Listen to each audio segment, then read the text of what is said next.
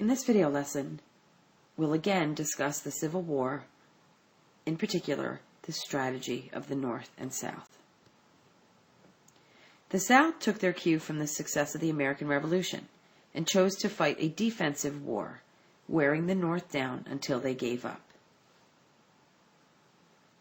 The North had a three-pronged approach called the Anaconda Plan, and there were three parts to this plan.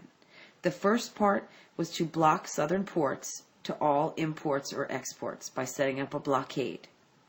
The second point was to control the Mississippi River, which would in effect split the Confederacy in two. And the third prong would be to take Richmond, the Confederate capital. The Anaconda Plan can be seen pictured in this illustration. It shows clearly in blue arrows the movement of the Union. It shows in red arrow the movement of the Confederacy, and it shows in stripes the border states, which were states that were southern states that did not secede from the Union.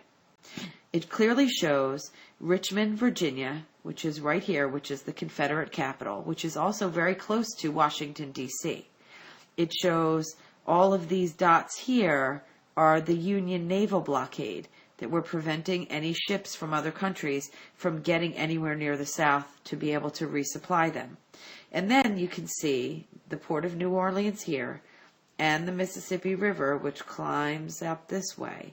And basically, the idea was to control the Mississippi River here and, in effect, split both halves of the Confederacy in two.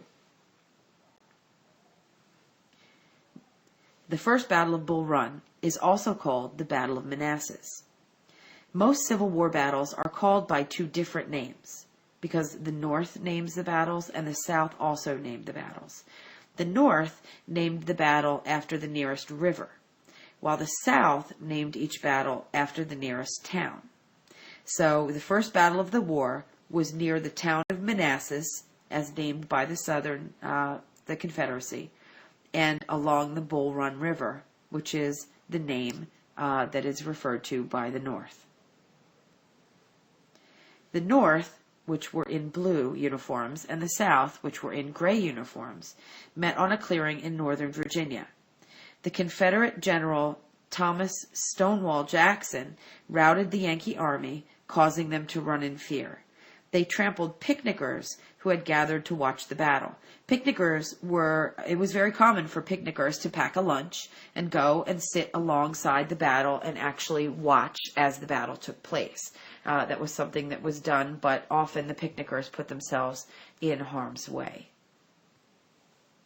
Northern troops, according to legend, commented that General Jackson sat upon his horse like a stone wall, and that's why he became known as Stonewall Jackson. The nickname stuck. The Southern victory assured the South that this would be a quick war fought against inferior troops, but they're going to be wrong on both accounts. It's not going to be a quick war, and the Northern troops are not going to be as easy to defeat as they thought. The first civilian casualty also occurred at Bull Run. A woman named Judith Henry was actually killed by a cannonball as she laid in her bed, as her house was very close to the battlefield. Another man named Wilmer McLean's home was on the battlefield at Bull Run as well. And so after the battle, he wanted to get away from the warfare, so he decided to move to a small town in southern Virginia called Appomattox Courthouse. Actually, Appomattox Courthouse will be the ending of the war. It will be where the final treaty is signed, and it will actually be signed in Wilmer McLean's home. So it seems it was his destiny to be connected to the Civil War. Lincoln had difficulty finding the right general to be able to do what he needed him to do. So he chooses Irwin McDowell to lead the Union's Army of the Potomac. He was replaced 3 days after his defeat at Bull Run with another general named General George McClellan. McClellan meets General Robert E. Lee at the Peninsular Campaign. He was nicknamed the Creeper, McClellan was, because he was so hesitant to attack, always fearing that he was outnumbered. He was too slow to react to make a decisive move in battle. After 5 months of fighting, McClellan withdrew, even though he outnumbered and outpowered the Confederate army. One of his men actually found Robert E. Lee's plans for the battle, wrapped around some cigars. And even though they had the plans for the next battle in their hands for the battle at Antietam Creek, he still was unable to win the battle. So even with the plans, as I said before, McClellan's hesitancy costs him the battle. He can't make decisions quick enough to be able to strike a decisive blow. He could never break through the Confederate lines. The Battle of Antietam, at Antietam Creek, was the bloodiest single day of the Civil War, with about 22,000 dead and wounded in one day. Victory in the West. While the North was losing badly in the East under the control of the General McDowell, Ulysses S. Grant was winning decisive victories along the Mississippi River. Ulysses S. Grant was in charge of the war in the West. After the battle at Fort Henry, he earned the nickname of Unconditional Surrender because he refused to speak in terms of surrender with the South.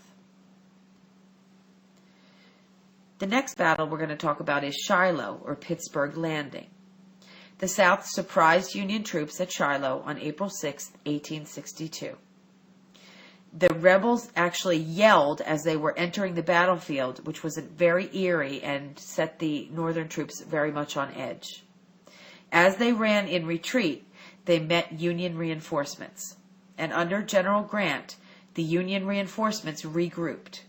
The battle actually ended in a draw with almost 25,000 casualties in a 2-day battle. That means 25,000 people dead over 2 days.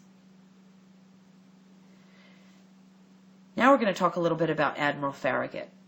As part of the Anaconda Plan, General Farragut took the Navy up the mouth of the Mississippi River. He was in charge of the Navy, and so he was, in effect, trying to control the Mississippi River to split the Confederacy in two.